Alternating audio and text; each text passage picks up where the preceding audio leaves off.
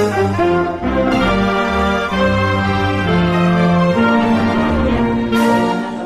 pagi hari ini, Ustaz? Alhamdulillah, seperti biasa, setiap hari Allah senantiasa memberikan keutamaan dan kasih sayangnya kepada hamba-hambanya, terutama yang bisa memanfaatkan setiap aktivitas hidup untuk kebaikan, maka disitulah hadir akan keutamaan dan kasih sayang Allah.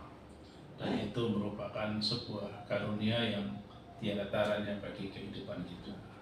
Baik, terima kasih Ustaz. Pangapunten sangat, suaranya sangat pelan masuk ke studio sehingga izin untuk mikrofonnya lebih didekatkan lagi. Siap. Pangapunten, matur nuwun sangat. Di kesempatan pagi hari ini pendengar hingga nanti menjelang pukul 6 waktu Indonesia Barat. Tema kita berkaitan dengan membangun keharmonisan keluarga, menggapai cita-cita mulia begitu. Keluarga ini bukan hanya sekedar perkumpulan fisik saja, melainkan juga ikatan suci begitu. Keharmonisan ini dimulai ketika setiap anggota keluarga juga memahami bahwa ini benar-benar rumah adalah madrasah pertama kita, dan ini yang nanti akan dibahas lebih jauh berkaitan dengan tema kita pagi hari ini. Sekaligus nanti usai kita bersama-sama mendengarkan mukadimah sekaligus juga materi, kemudian nanti kita akan berlanjut dengan tanya jawab bersama dengan pendengar. Monggo kami silakan, Ustaz. Assalamualaikum warahmatullahi wabarakatuh. Para pendengar RRI Tuban di mana saja berada, kaum muslimin, para bapak, para ibu, saudara-saudara sekalian, kaum muslimin yang dimuliakan oleh Allah, kita bersyukur kepada Allah Subhanahu wa Ta'ala. Di pagi hari ini Allah masih memberikan nikmat kepada kita, nikmat yang paling mulia, nikmat yang paling agung, nikmat yang selalu diidam-idamkan oleh setiap kita, terutama orang yang beriman, adalah manakala kita masih bisa dekat dengan Allah Subhanahu wa Ta'ala melalui aktivitas kehidupan yang kita jalani, melalui aktivitas hidup yang kita lalui. Semuanya terasa indah ketika Allah hadir dalam kehidupan kita. Oleh karena itu, sebagai komitmen yang harus kita miliki, jangan sampai kita lepas dari problem kehidupan yang kita hadapi untuk jauh dari Allah Subhanahu wa Ta'ala. Karena pada dasarnya ketika Allah hadir dalam kehidupan kita, maka setiap problem yang ada dalam kehidupan kita akan bisa kita atasi dan kita hadapi. Para pendengar, kaum muslimin yang dimuliakan oleh Allah Subhanahu wa Ta'ala, tema ini sebetulnya adalah lanjutan dari tema yang kemarin yang sempat saya sampaikan dalam Mutiara Pagi di RRI ini dengan judul yang sama, membangun keharmonisan rumah tangga, menggapai cita-cita mulia. Pada kesempatan yang lalu sudah saya sampaikan tentang prinsip-prinsip utama yang harus dibangun ketika kita ingin membangun rumah tangga. Persoalannya, ada sebagian orang yang mengatakan begini, hidup ini kan mengalir aja gitu ya, mengalir aja sambil jalan gitu ya. Nantilah setiap masalah pasti ada apa? Ada solusinya. Tapi ternyata tidak seperti itu. Karena setiap rumah tangga yang kita miliki itu memiliki jalan cerita dan memiliki ujian masing-masing. Jadi jalan ceritanya itu unik gitu. Jadi ada jalan cerita itu kadang-kadang ya sedih, ada jalan ceritanya kadang-kadang senang. Nah ini yang menjadikan hidup ini menjadi romantis. Ada jalan hidupnya itu kadang-kadang ya berliku-liku, tapi juga jalan hidupnya itu tanpa hambatan. Terutama adalah terkait dengan hal-hal yang ada di dalam keluarga. Yang pertama adalah pasangan. Ya, jadi pasangan itu menjadi orang yang selalu bersama kita, sehingga ceritanya itu tidak hanya sekedar cerita dapur sumur, Nah, gitu ya. Tapi adalah ceritanya itu panjang, ya. Di mana saja ketika kita ingin bangun rumah tangga dan sudah terwujud, berarti di sana hadir pasangan. Tidak hanya pasangan, ketika sudah diberikan keturunan anak-anak, itu juga menjadi cerita, gitu ya. Ceritanya menjadi bermacam-macam. Itu yang pertama. Yang kedua, cerita hidup itu juga tidak hanya dengan pasangan dan anak-anak, tapi juga ada orang-orang yang hadir di sekitar kita.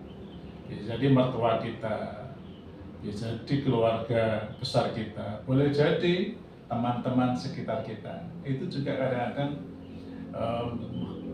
menimbulkan sebuah jalan cerita yang berbeda, apalagi kalau di kantor, ya. Di kantor itu, wah, jalan ceritanya panjang. Juga ada, ini yang penting, yang kadang-kadang juga mempengaruhi jalan cerita hidup kita, ekonomi kita. Ya, karena mau tidak mau yang namanya hidup itu juga harus ditopang dengan ekonomi yang cukup, gitu ya. Maksudnya ekonomi di sini ya penghasilan yang cukup. Sehingga kalau kita mendasar begini, rezeki itu kan yang mengatur Allah, ya, mengatur Tuhan, gitu ya. Tapi apakah rezeki itu turun begitu saja? Kan enggak, gitu ya. Rezeki itu turun bersamaan dengan ikhtiar atau usaha yang kita lakukan. Nah, di saat itulah kadang-kadang problem menjadi ikut, ya, menentukan arah jalan cerita. Saya pernah kemarin itu ada seorang yang konsultasi di kantor itu, jalan cerita hidupnya lucu, gitu ya. Ketika awal membangun komitmen rumah tangga itu, dia penghasilannya ya cukupan, gitu, cukupan lah untuk suami istri, gitu. Tapi di perjalanannya, ya, tokonya sepi. Tokonya sepi, pelanggannya juga sepi, nah mungkin banyak persaingan, ya, karena namanya usaha itu kan pasti terjadi persaingan yang kuat. Akhirnya apa?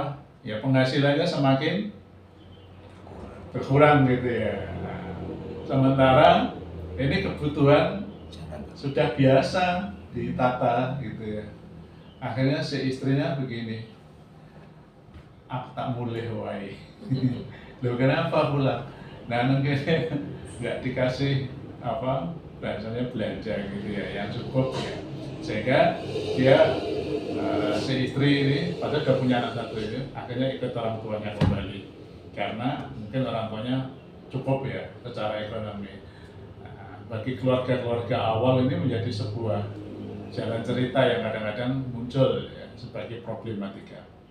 Dan juga kadang-kadang, nah ini yang sering muncul adalah aspek fisik, kondisi fisik kita, ya, kesehatan kita, itu juga kadang-kadang menjadi faktor penentu. Apalagi kesehatan itu mulai terganggu. Nah, kadang-kadang pasangan itu juga tidak siap untuk menghadapi ini.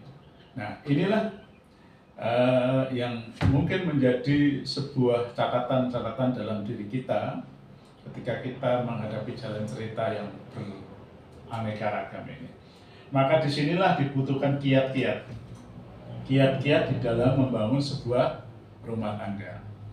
Dan kiat-kiat ini diperlukan dalam rangka untuk menciptakan hubungan yang tetap harmonis, tetap langgeng, tetap bahagia, ya.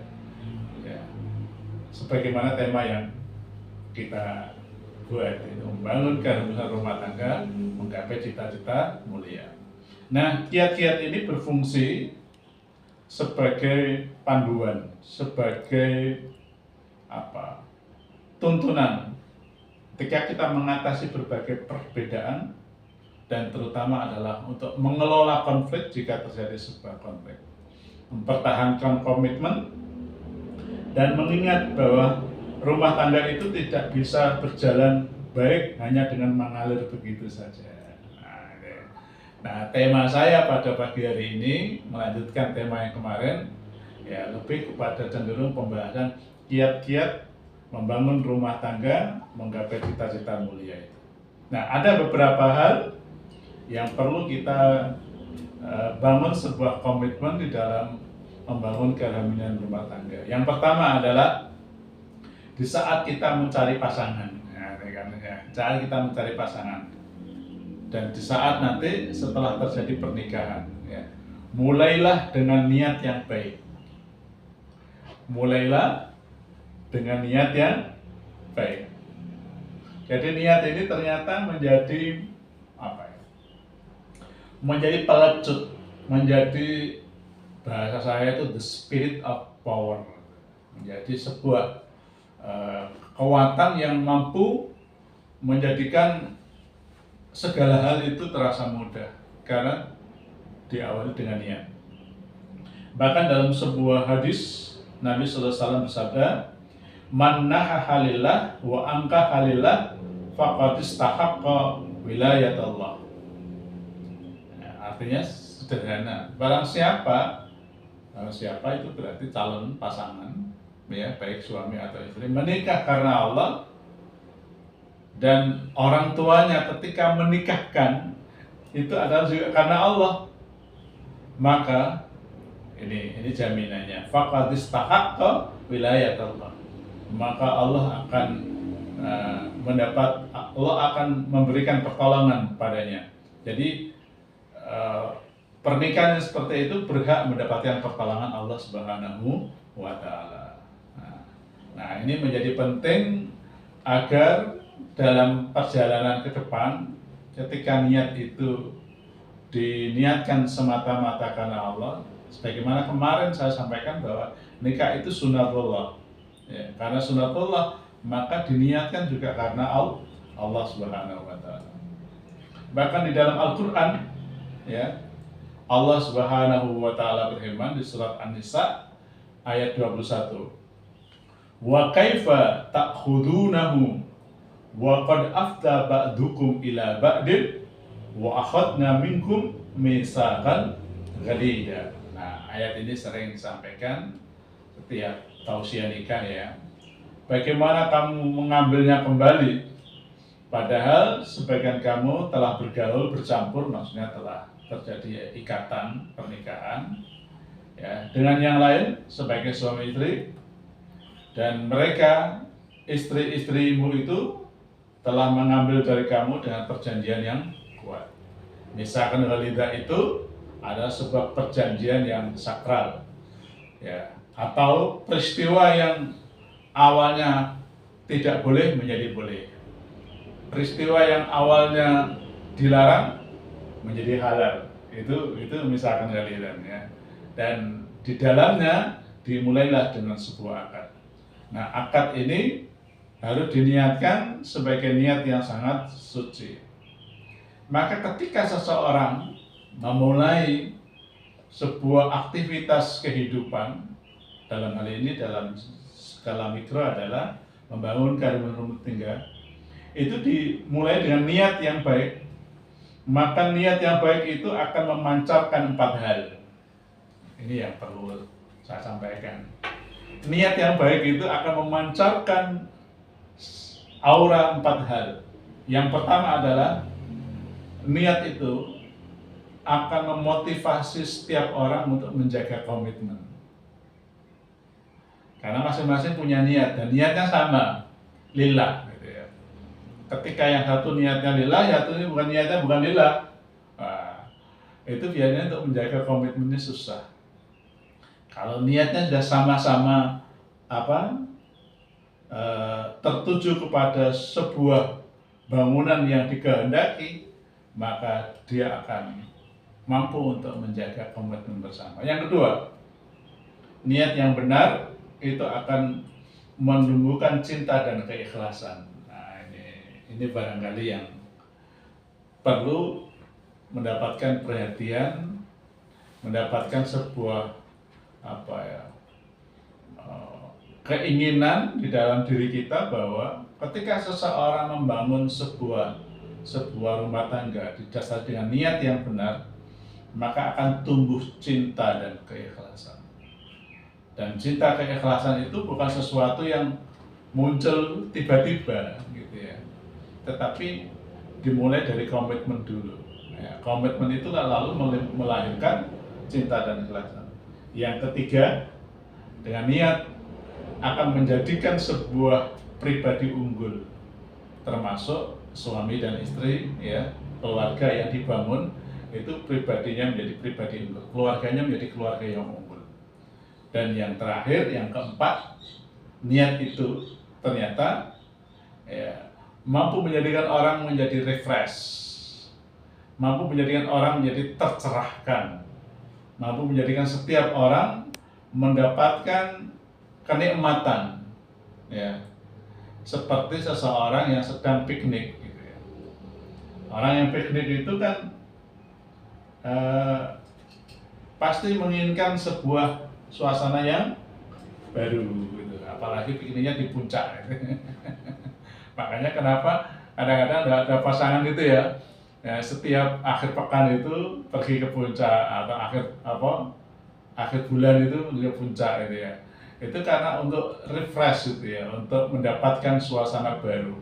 Nah, niat itu bisa menyegarkan setiap perjalanan, dan yang saya sebutkan tadi adalah jalan cerita kehidupan yang kita lalui. Nah, oleh karena itu ya, maka menjadi penting. Nah, di dalam masalah pernikahan itu Nabi memberikan sebuah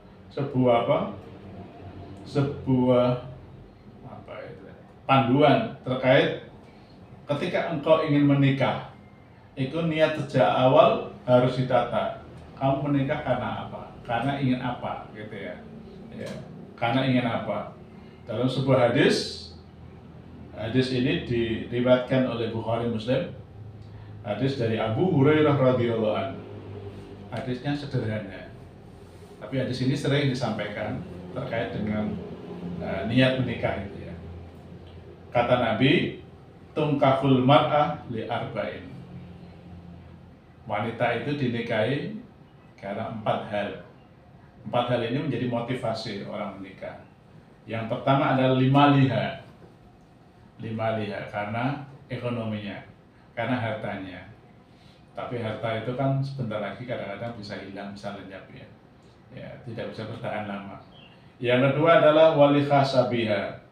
Ya, karena keturunannya. Jadi mertuanya gimana, bapaknya gimana gitu ya. Ya. Yang ketiga, nah ini fitrah, wali jamaliha, kecantikannya. Jadi mulai unsur-unsur fisiologis ya, unsur-unsur biologis ya. Dan yang keempat adalah wali diniha, karena agamanya. Jadi 4 hal ini menjadi motivasi setiap orang menikah. Idealnya memang keempat-empatnya ini ada, sehingga menjadi lengkap gitu. Tapi ya tidak hanya laki-laki, yang perempuan juga sama. Cara memandang ingin dinikahi seorang laki-laki itu ya, kalau bagus, kalau bisa ya ekonominya sudah mapan, gitu ya. Ya, keturunannya baik-baik gitu ya. Terus ganteng, tinggi, besar, gitu ya. Dan yang terakhir ya agamanya bagus gitu ya. Tapi apa kata Nabi? Fatfar bidatid. Kalau engkau tidak dapatkan keempat-empatnya, ya ambil 3. Kalau ambil 3 nggak dapat, ya ambil minimal 2. Kalau ambil 2 nggak dapat, nggak ada sama sekali. Tapi masih tersisa di dalam diri orang itu apa? Walidini ya, agamanya. Fatfar bidatid. Maka pilihlah agamanya. Sebab kalau engkau tidak menjadikan ukuran agama taribat yadaka, maka engkau akan menghadapi sebuah kondisi ya yang mungkin ya problem itu akan muncul, sehingga dengan kita memilih agama maka taribat yadaka, kamu akan mendapatkan keberuntungan. Para pendengar yang dimuliakan oleh Allah, itu yang pertama. Jadi niat itu menjadi sebuah tolak ukur agar kita mendapatkan kehadiran besar rumah tangga. Yang kedua, nanti ini banyak Mbak, ada sekitar 15 kiat.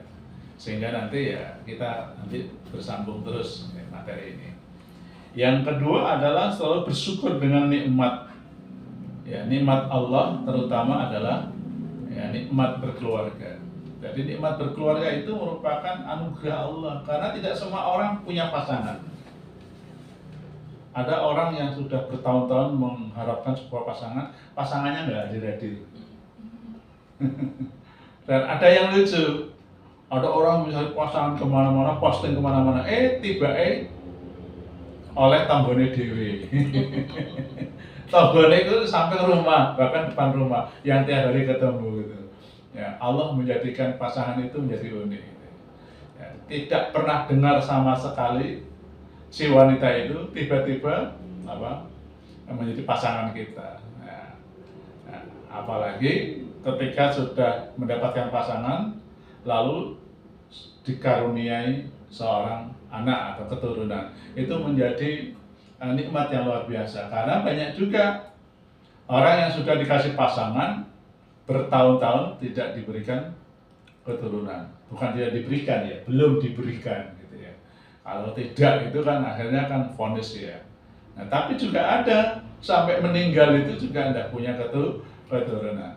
Nah, oleh karena beruntunglah ya ketika seseorang ketika membangun sebuah keluarga ya, dia diberikan pasangan sesuai dengan keinginannya dan dia juga diberikan buah dari pasangannya, yaitu berupa keluarga. Keluarga itu yang dimaksud adalah ya ada suami istri dan ada anak-anak. Itu keluarga dalam pengertian yang sangat kecil ya, ada kecil. Tapi keluarga yang dipahami dalam Islam itu adalah keluarga yang tidak hanya suami istri dan anak, tapi juga ada mertua, ada bapak ibu dan saudara-saudara yang menjadi bagian besar dari keluarga. Maka ada istilah kalau reuni itu reuni keluarga. Itu kan keluarga besar gitu ya. Nah, suami istri dan anak-anak ya. Kalau semuanya berusaha untuk bersyukur, menjaga rasa syukur kepada Allah, maka Allah pasti akan berikan keutamaan dan kasih sayangnya. Itulah dalam pengantar yang saya sampaikan tadi ya, bahwa keutamaan dan kasih sayang Allah itu adalah sesuatu yang bisa melahirkan sebuah kegembiraan dalam hidup kita. Sebagaimana Allah berfirman di surat Yunus ya, ayat 58, Allah berfirman, "Qul bi fadlillahi wa bi rahmatihi wa bidzalika falyafrahu huwa khairun mimma yajma'un." Katakanlah Muhammad, dengan keutamaan dan kasih sayang Allah, maka hendaklah kalian bergembira. Bergembira itu maksudnya di sini adalah bersyukur terhadap keutamaan dan kasih sayang Allah. Termasuk diantaranya adalah Allah memberikan keluarga, gitu ya. Nah, itu. Nah, bahkan di dalam sebuah hadis, ini hadis ya, yang diriwayatkan oleh Tirmidzi dan juga diriwayatkan Abu Dawud, la yashkurullah man la yashkurun nas. Ya. Tidak dikatakan bersyukur kepada Allah bagi siapa saja yang tidak berterima kasih kepada manusia. Artinya bahwa bersyukur kepada Allah itu memiliki implikasi terhadap aktivitas hidup kita. Ya. Maka ketika kita ya diberikan sesuatu oleh orang lain, sesuatu itu mungkin sesuatu yang biasa-biasa. Ketika saat itu kita mengucapkan terima kasih atau matur nuwun gitu aja, ya itu berarti ya hadir dalamnya itu adalah rasa syukur kita kepada Allah Subhanahu Wa Taala. Nah, kalau dalam perbincangan medsos itu biasanya kita kasih jempol gitu aja, jempol gitu ya, atau kasih tanda love gitu ya. Itu ungkapan merupakan tanda syukur ya. Nah, ketika seseorang memberikan kita sesuatu, kita bersyukur, berarti kita juga bersyukur kepada Allah Subhanahu Wa Taala. Nah, oleh karena itu hendaklah setiap kita menjadikan momen-momen dalam apa saja yang kita nikmati itu sebagai tanda syukur kepada Allah. Yang ketiga, nah ini yang sangat-sangat sering terjadi di dalam kehidupan rumah tangga kita. Mewujudkan suasana untuk selalu bersabar dan berusaha untuk mengendalikan emosi, terutama saat ada cobaan dan ujian. Nah, tadi prolog saya sampaikan, dalam cerita hidup kita itu beda-beda ya. Di antaranya adalah bersamaan hidup itu ada ujian keimanan, ujian ekonomi, ujian pasangan, ujian orang-orang yang ada di sekitar kita. Nah, itu menjadi tantangan besar dalam hidup kita, ya. Sehingga ketika kita diberi ujian dari Allah, terutama ujian dengan pasangan kita, ini yang sangat dominan. Ada sebuah wasiat dari seorang sahabat Nabi ya, kepada istrinya. Ketika dia ingin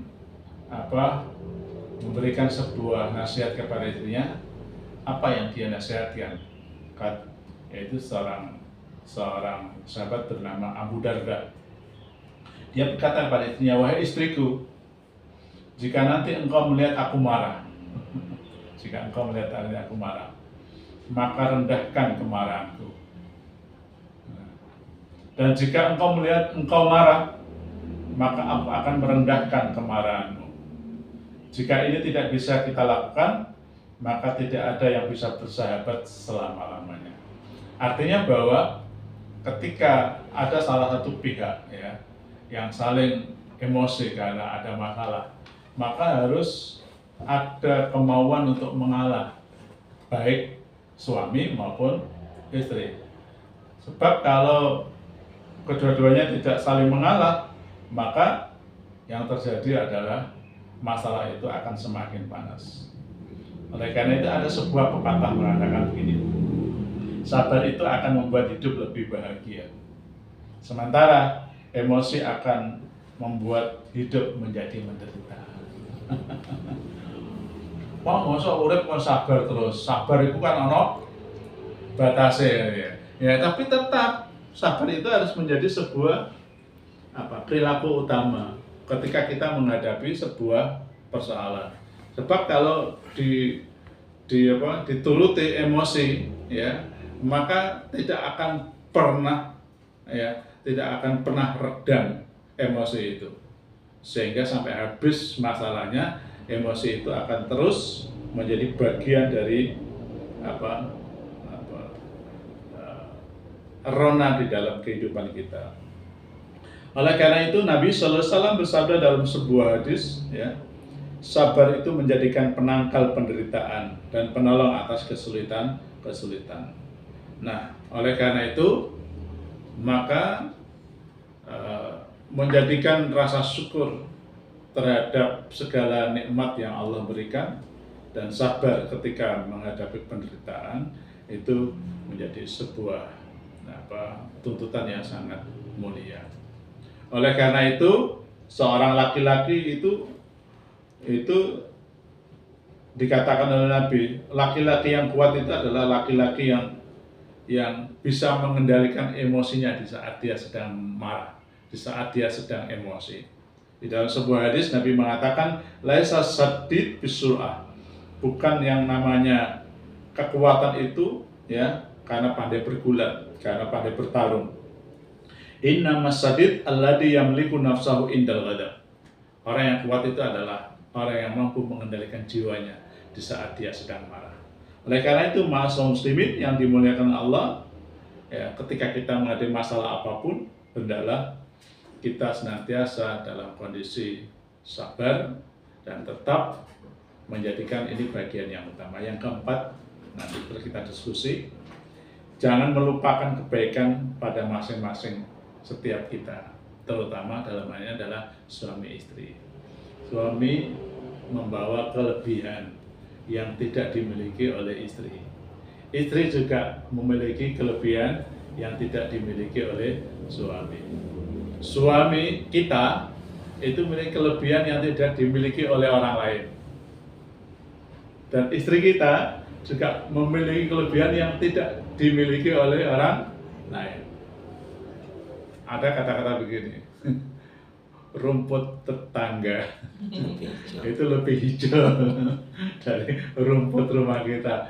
Ini artinya adalah kita ingin membandingkan kelebihan yang ada orang dekat dengan kita dengan kelebihan orang lain. Dan semakin kita membandingkan orang lain, ya kok gini aja ya.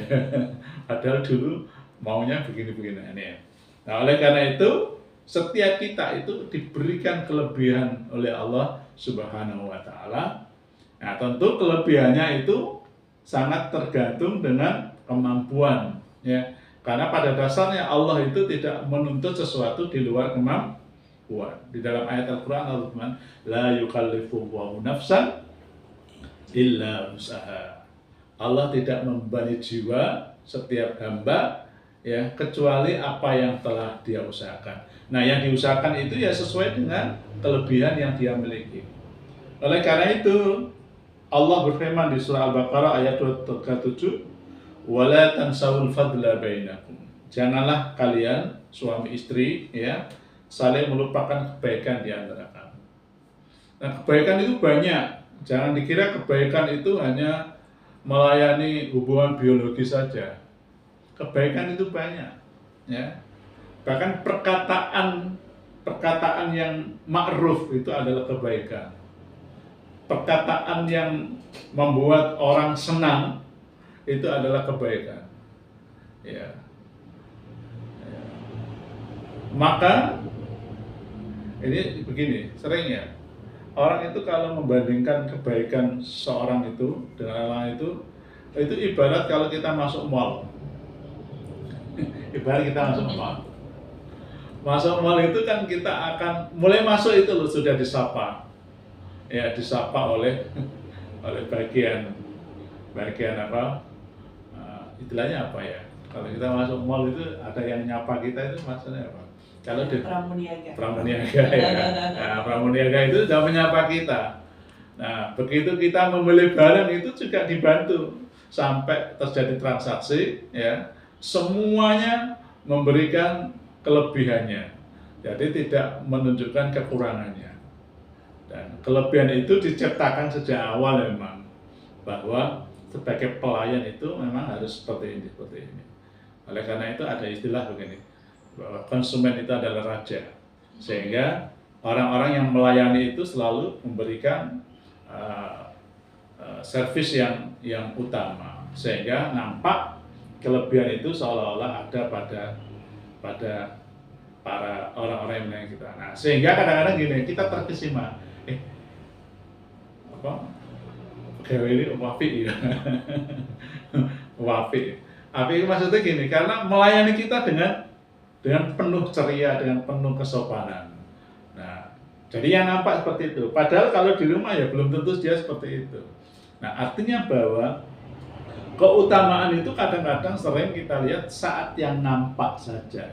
Yang tidak nampak itu jarang kita nilai. Nah, betulnya di situ itu banyak sekali.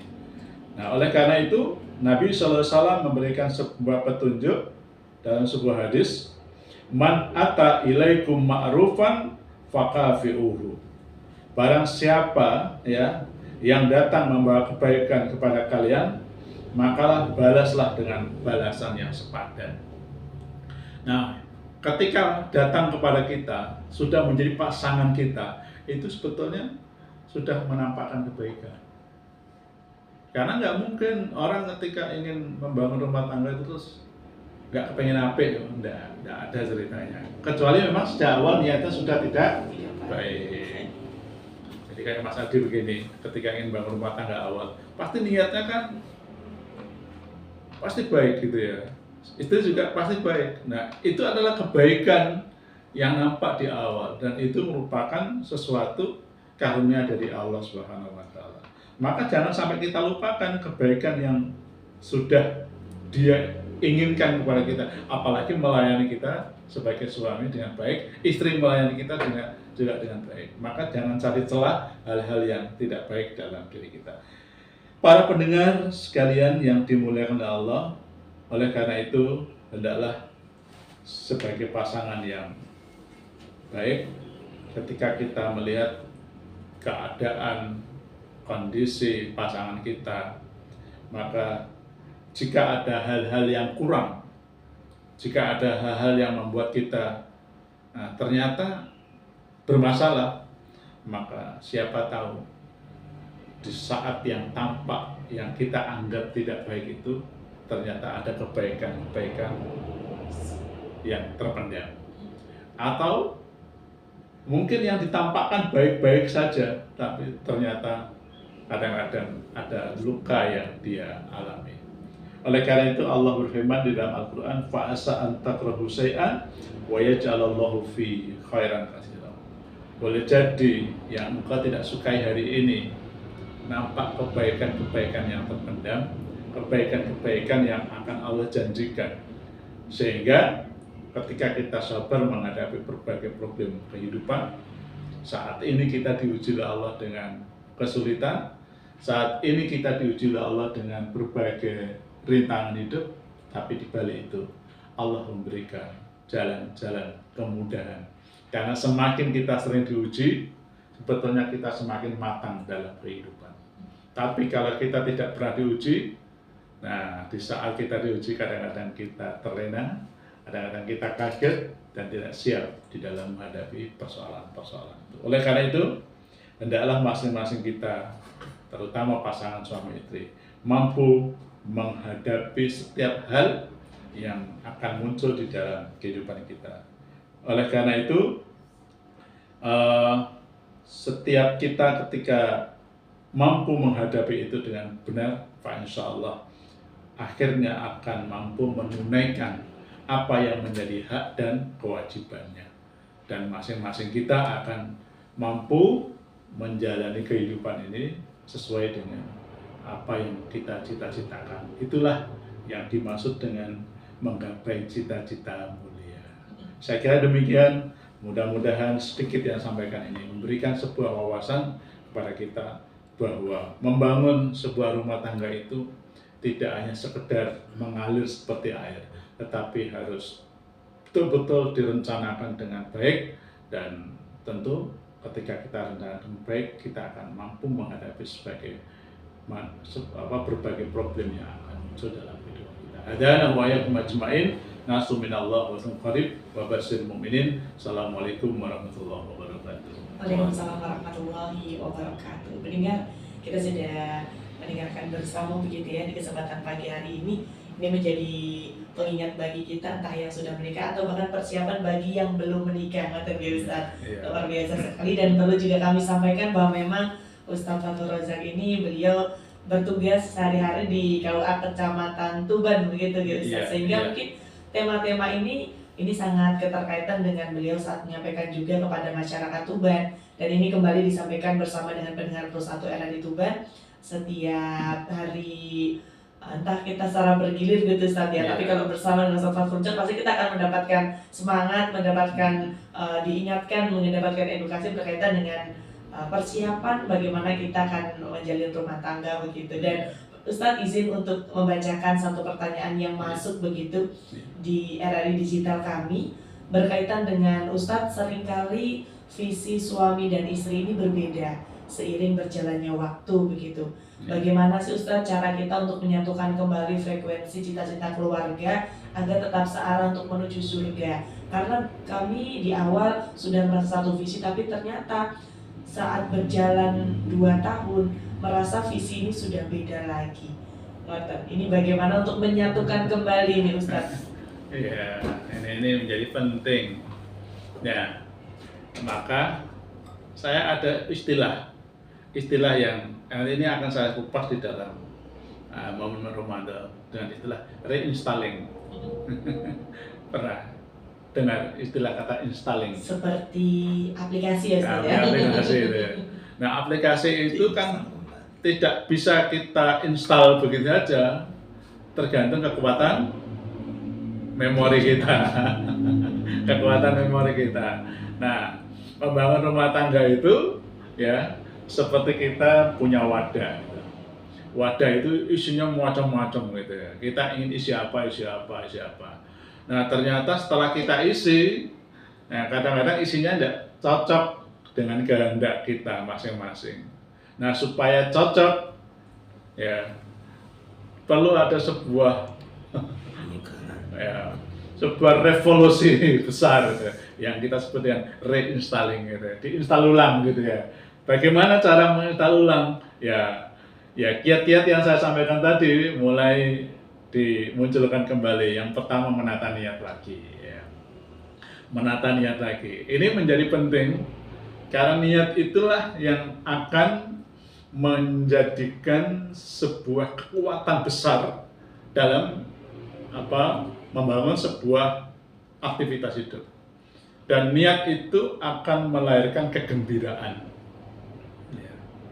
Maka misalnya ketika puasa datang ya, puasa datang, ketika kita sudah gembira, itu terasa ya, yang sulit itu menjadi mudah, yang berat terasa ringan. Begitu pula ketika kita menghadapi problem rumah tangga yang visinya mulai berbeda, maka perlu ya reinstalling, diinstal ulang terkait dengan niat kita ketika membangun rumah tangga. Dan tentu kiat-kiat yang saya sampaikan tadi ya, yang saya sampaikan misalnya di ayat Al-Qur'an wala tansaul fadla bainakum. Ayat itu sering saya ingat-ingat ya ketika saya berada di dalam sebuah rumah tangga. Jangan engkau melupakan keutamaan antara satu dengan yang lain. Dan jangan engkau membandingkan keutamaan yang ada dengan pasangan kita itu dengan pihak lain. Wah, semakin engkau banding-bandingkan, ya, itu nyanyinya Farel itu ya. Gimana itu bunyinya? Jangan dibanding-bandingkan dengan Ustaz. Ya. Aja dibanding-bandingkan atau Jadi banding-bandingkan. Semakin kita banding-bandingkan, ya, itu ya, semakin banyak hal yang ada boleh jadi lebih, ada jadi kurang. Nah itu. Ya, oleh karena itu, ya caranya tadi kita berusaha untuk membangunkan semangat lagi, ya, agar suasana keluarga itu menjadi suasana keluarga yang seperti awal yang kita ingin bangun. Dan yang kedua ini yang menjadi penting, kebiasaan Rasulullah SAW. Ya. Ketika bersama istri-istrinya ya, Rasulullah selalu ingin memastikan bahwa istri-istrinya itu mendapatkan perhatian yang luar biasa, mendapat perhatian yang luar biasa.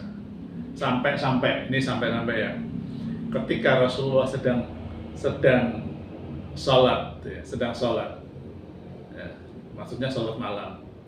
Saat itu Aisyah sedang tidur, apa yang dilakukan oleh Nabi? Rasulullah segera membangunkan Aisyah, lalu Aisyah dibangunkan oleh Nabi. Kemudian Aisyah bangun, kemudian ikut sholat bersama Nabi. Nah, sholatnya Nabi itu kan lama ya, tidak seperti kita. Kalau kita itu kan cepat. Akhirnya Aisyah itu agak kecapean, sehingga Aisyah itu menyandarkan kepalanya di paha Nabi.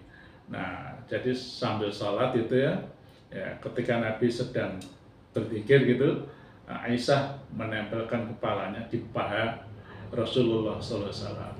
Bayangkan, ya, hubungan suami itu hadir bersamaan spiritual, membangun spiritual itu ada di dalamnya. Nah, jadi ternyata ada kiat-kiat juga, ya kadang-kadang ya keinginan saja tidak cukup, tetapi membangun kehadiran sebuah spiritual dan keluarga itu juga menjadi bagus. Nah, oleh karena itu, di samping hal-hal yang saya sampaikan tadi, jangan lupa juga menghadirkan ibadah-ibadah, menghadirkan Allah di dalam keluarga kita. Pak, insya Allah akan memberikan sebuah kemudahan-kemudahan. Karena fa innama ma'al usri yusran, di balik kesulitan itu pasti ada kemudahan. Saya kira itu. Jadi kata pokoknya itu reinstalling, gitu. Diinstal ulang apa yang menjadi penyebab utama dari terjadinya sebuah visi yang berbeda.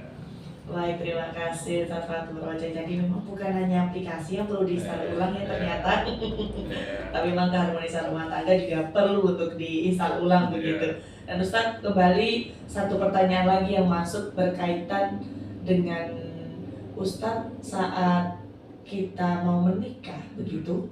Biasanya kalau di awal ini semua kebaikan terasa, kemudian juga nyaman, kemudian juga sifat-sifatnya itu baik semua. Tapi kenapa terkadang setelah menikah itu sifat buruknya baru muncul? Nah, untuk mengatasi hal seperti ini itu bagaimana Ustadz? Ada hadis ya, jawabannya hadis ada. Hadis ini menarik ya, tapi hadis ini jangan disalah tafsirkan ya. Kata Nabi, akhbib habibaka haunamma. Kalau kamu mencintai seseorang, cintailah apa adanya. Ya. Asa ayyakuna yaghiduka yawmamma. Karena boleh jadi suatu saat dia akan membencimu. Ya. Wa abghid baghidaka haunamma. Dan kalau engkau membenci seseorang, bencilah sewajarnya. Asa ayyakuna habibaka yawmamma. Karena boleh jadi saat engkau benci, ya suatu saat akan ya orang itu mencintai kita. Nah, ini yang kadang-kadang sering ya saya renung terus gitu ya. Ternyata di balik kekurangan itu ada kelebihan, dan di balik kelebihan itu ada kekurangan. Nah, ketika kita melihat kekurangannya terus, dulu kok begini gitu, sekarang kok begini. Yang hadir ya saat ini yang kita bicarakan. Masa lalu tidak pernah hadir kembali. Padahal masa lalunya itu membawa sejuta kenangan, sejuta cerita gitu. Sekarang berbalik menjadi cerita yang berbeda. Nah, oleh karena itu ini menjadi penting ya, sebuah sikap untuk menerima, sebuah sikap untuk memaklumi akan kekurangan masing-masing. Nah, yang penting ketika terjadi sesuatu yang berbeda, maka harus ada komunikasi. Ya, komunikasi ini menjadi penting karena kalau sudah masing-masing jalan sendiri-sendiri dengan kemauannya, yang terjadi adalah kelebihan itu hilang, keberkahan itu hilang, kemuliaan itu hilang, dan akhirnya tidak menjadi sebuah kebaikan. Terutama ini godaan ketika pasangan suami istri itu sudah menikah dan masing-masing bekerja sendiri-sendiri di tempat yang berbeda. Suami bekerja di kantor, istri bekerja di tempat yang lain. Nah, ini kadang-kadang sering ketika pulang itu membawa cerita yang berbeda. Nah, cerita yang berbeda itu kadang-kadang ada yang suka, ada yang tidak suka. Maka saya sering begini, sebisa mungkin pekerjaan kantor itu tidak saya bawa pulang. Ketika ada sesuatu yang membuat hati ini tidak suka dalam pekerjaan, ya sudah saya simpan. Kecuali hal-hal yang memang harus dikomunikasikan dan diskusikan. Nah, yang memang membutuhkan nasihat dari istri atau mendapat support dari istri atau sebaliknya mendapat support dari suami. Nah, itu memang kadang-kadang perlu sampaikan. Nah, begini-begini itu juga menjadi bagian yang sangat penting sehingga nanti ketika kita menghadapi sebuah problem itu lalu menjadi sebuah kita mendapatkan sesuatu yang baik di dalam menyelesaikan masalah-masalah yang sering terjadi di dalam kehidupan kita. Nah, gitu. Saya kira itu. Baik, terima kasih Ustadz. Pendengar, terima kasih atas kebersamaan Anda di kesempatan pagi hari ini mendekati pukul 6 waktu Indonesia Barat. Saatnya kita akan menutup program Mutiara Pagi edisi hari ini. Namun sebelum itu, Ustadz izin berkenan untuk memberikan closing statement sebagai penutup program Mutiara Pagi edisi hari ini, monggo. Sebelum menutup Mutiara Pagi ini, sebagaimana yang saya sampaikan tadi bahwa menghadirkan suasana spiritual dalam keluarga itu ternyata juga menjadi pembeda di dalam membangun keharmonisan rumah tangga. Oleh karena itu, Jangan lupa untuk terus menghidupkan keimanan, ibadah, dan akhlak yang mulia dalam kehidupan keseharian yang kita jalani, baik suami maupun istri. Sebagaimana sebuah hadis, ya, ini hadis bersumber dari Abu Hurairah, diriwayatkan oleh Imam Nasai. Nabi sallallahu alaihi wasallam bersabda, "Rahimallahu rajulan qama minal lail." Allah akan memberikan kasih sayangnya kepada seorang suami. Kata rajulan di sini suami, karena ini konteksnya keluarga. Qama minal lail, ketika bangun di waktu malam, fasalla, lalu dia salat. Wa aiqadha imra'atahu, kemudian dia membangunkan juga istrinya, fasallat, lalu istrinya juga ikut salat. Fa'in abad, saat istrinya tidak mau bangun, ya, rasa fi wajhihal ma, suami tadi mengambil sedikit air untuk memerciki wajahnya. Maksudnya bukan disiram, ya, disiram ya ramu. Maksudnya dibasahi pelan-pelan, ayo bangun gitu. Dan ternyata istrinya ikut bangun dan ikut sholat bersama suami. Maka Allah akan memberikan rahmatnya. Begitu pula ketika istrinya yang bangun duluan lalu sholat, melihat suaminya masih melungker gitu, ya diajaklah suami untuk bangun sholat bersama. Nah, apa yang kita tangkap dari hadis ini? Membangun sebuah suasana keimanan dan ibadah di dalam keluarga itu juga menjadi pembeda. Maka di ayat yang dulu pernah saya sampaikan sebagai prinsip dasar, ku anfusakum wa ahlikum nar, jagalah dirimu dan jagalah keluargamu, itu menunjukkan bahwa membangun keluarga itu tidak cukup sendiri, tetapi juga istri dan orang-orang yang ada di sekitar kita, termasuk anak-anak kita, untuk bersama-sama membangun keimanan, ibadah dan akhlak yang mulia sebagai fondasi awal dalam membangun rumah tangga. Kalau itu insya Allah sudah terbangun, yang lain-lainnya insya Allah akan diberikan kemudahan Allah Subhanahu wa Ta'ala. Dan mudah-mudahan keluarga-keluarga kita adalah keluarga-keluarga yang senantiasa diliputi keutamaan dan kasih sayang Allah Ta'ala, menjadi keluarga-keluarga yang sering disebut dengan sakinah, mawaddah, warahmah. Tapi sekarang istilah di KUA ada tambahan, sakinah wal maslahah. Nah, gitu. Jadi sakinah wal maslahah. Sakinah itu pertama, maslahah itu adalah mampu mengatasi problem-problem kehidupan. Nah, sakinah, mawaddah, warahmah itu sifatnya suami istri, tapi maslahah itu sifatnya eksternal, yaitu ketika kita menghadapi problem-problem keluarga, problem-problem rumah tangga, diharapkan mampu menghadapi dengan benar, sehingga insya Allah akan mendapatkan keridhaan Allah Subhanahu wa Ta'ala. Saya kira itu Mbak Asna, dan mudah-mudahan memberi manfaat bagi kita semuanya. Dan para pendengar yang dimuliakan Allah, demikian yang disampaikan, mudah-mudahan ada baiknya diambil dan ada yang salah, ya anggaplah itu sebagai catatan dan renungan bagi saya. Dan mudah-mudahan kita semuanya selalu mendapatkan hidayah dari Allah Subhanahu wa Ta'ala. Hadana wa iyyakum ajma'in. Nasrun minallah wa qarib wa basyiril mu'minin. Assalamualaikum warahmatullahi wabarakatuh. Waalaikumsalam warahmatullahi wabarakatuh.